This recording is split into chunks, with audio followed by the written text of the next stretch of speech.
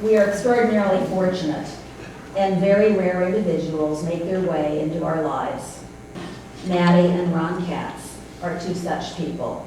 The university is blessed by their visionary leadership, by their breadth of interest, by their tenacity, and as you will so hear, so too are others who were total strangers to them. Intelligent, caring, modest about what they do. They are truly remarkable people. Women in Philanthropy and I are really honored to bring you today's program. It is a testament to what we as a people can do at our very best. You're going to be taken on a journey today that will pull at you in so many ways. We're thrilled that we have magnet status nursing, and we have Nobel Prize winners on our staff. But what makes us the most proud is that the next patient that enters our doors is treated with safe, quality care that's delivered compassionately and with dignity. And this is an example of that type of care that's unbelievable. This is Lou Dobbs Tonight. I was watching television one afternoon. The Lou Dobbs show was on, and they were talking about wounded warriors. And here comes Aaron Menken. Of course, his face was very, very terribly shattered, yet he had this incredible spirit. And I remember when Lou Dobbs said, well, how many surgeries do you have yet to go? At least another year. Got some surgeries planned to fix the beautiful part, get me back to good looking. And that kid with a twinkle in his eye said, till they make me beautiful again. I pretty much made up my mind we had to do something then.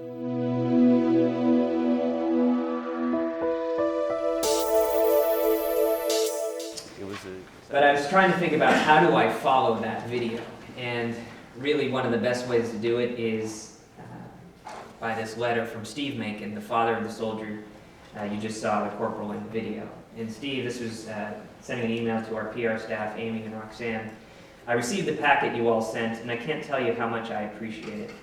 I continued to surprise myself by thinking I have it all under control, and then I read, I see, I hear, and then I just lose it. I struggled getting through the DVD, but not for the reasons you might imagine. How can people care so much for someone they've never met, and then actually take steps to help them?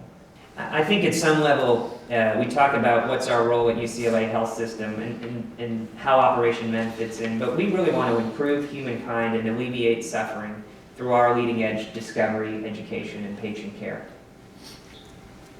So Operation Men started with a vision of Ron and a commitment from the senior leadership, from our Vice Chancellor and Dean, Jerry Levy, David Feinberg, the rest of us in administration. When Ron brought forward this vision, we said, let's do it. Let's just make it happen. So with no further ado, I'd like to invite up Ron Katz.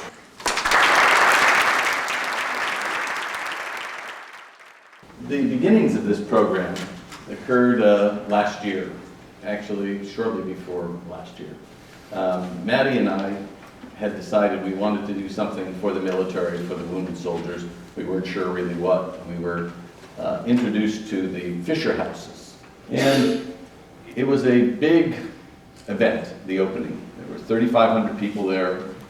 Hillary Clinton and John McCain were both the speakers, kind of an interesting thing.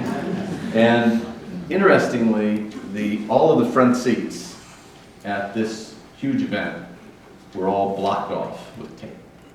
So we sat behind this blocked off group of seats, and they started the program by introducing the real guests of honor. And it was all of the wounded soldiers. And it was as heart-wrenching an event as you could ever imagine, on gurneys with IVs, on one leg. It was just incredibly heartbreaking, but proud. And they sat in the best seats of the house. We had seen Aaron Menken on this Lou Dobbs show saying, they're going to make me beautiful again. That stuck in my mind. And then I saw him again there. And it wasn't just him, but it was dozens of others whose faces had been destroyed. there's got to be something that we could do. I know that at UCLA, we have this great gift, Dr. Miller and his staff. And they have incredible hands, incredible innovative minds, and it is really the ultimate, the leading edge in plastic surgery.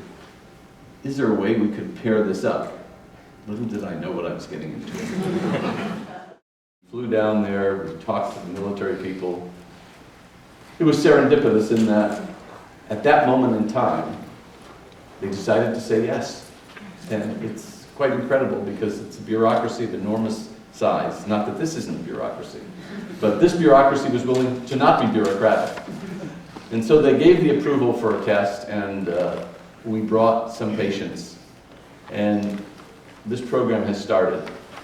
And it is a program of unbelievable complexity, difficulty, but the results are so fantastic, and the meaning and worthwhileness to these unbelievably wonderful injured soldiers is beyond comprehension.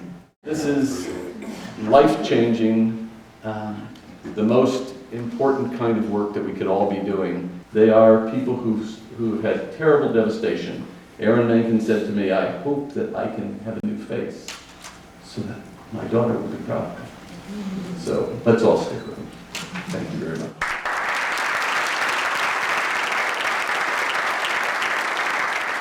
Our nation still remains at war.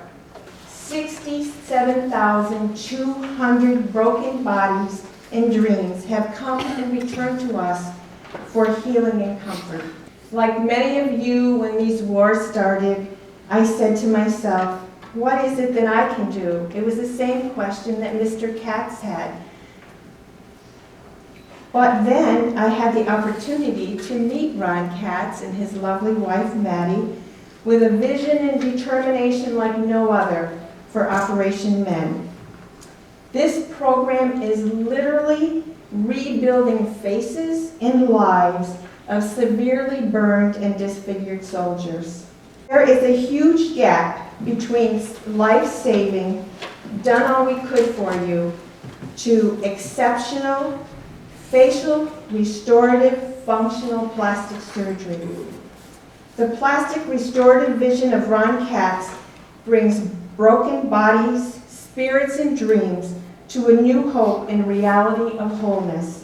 The birth of Operation Men, in collaboration with the armed forces, has initiated a healing process beyond our greatest imagination. And there's a chapel at the University of Bologna, and right across the top there is a quote that I think summarizes Operation Men, and that is that it is the divine right of man to appear human, and that's what we're trying to accomplish.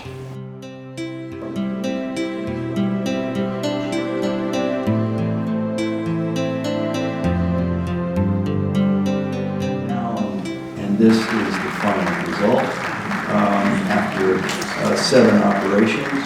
You can see this is Sergeant Octavio Sanchez.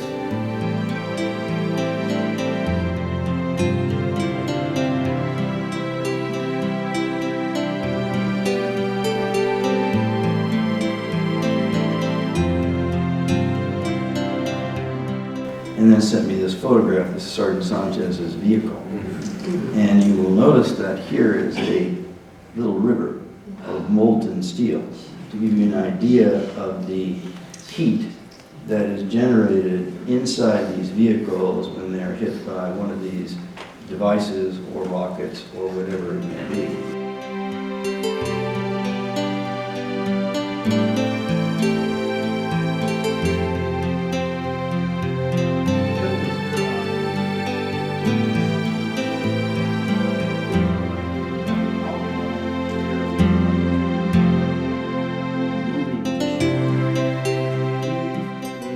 Here now is a nose that looks pretty much like a nose, and so here's a before and after of what he looks like now, pretty much at this moment.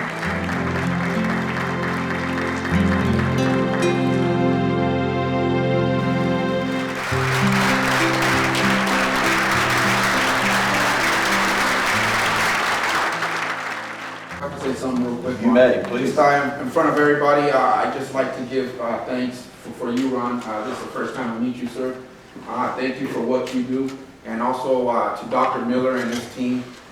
Thank you very much, Dr. Miller. I think highly of you, and there's nothing I will ever be able to do to repay you. But thank you very much. You guys.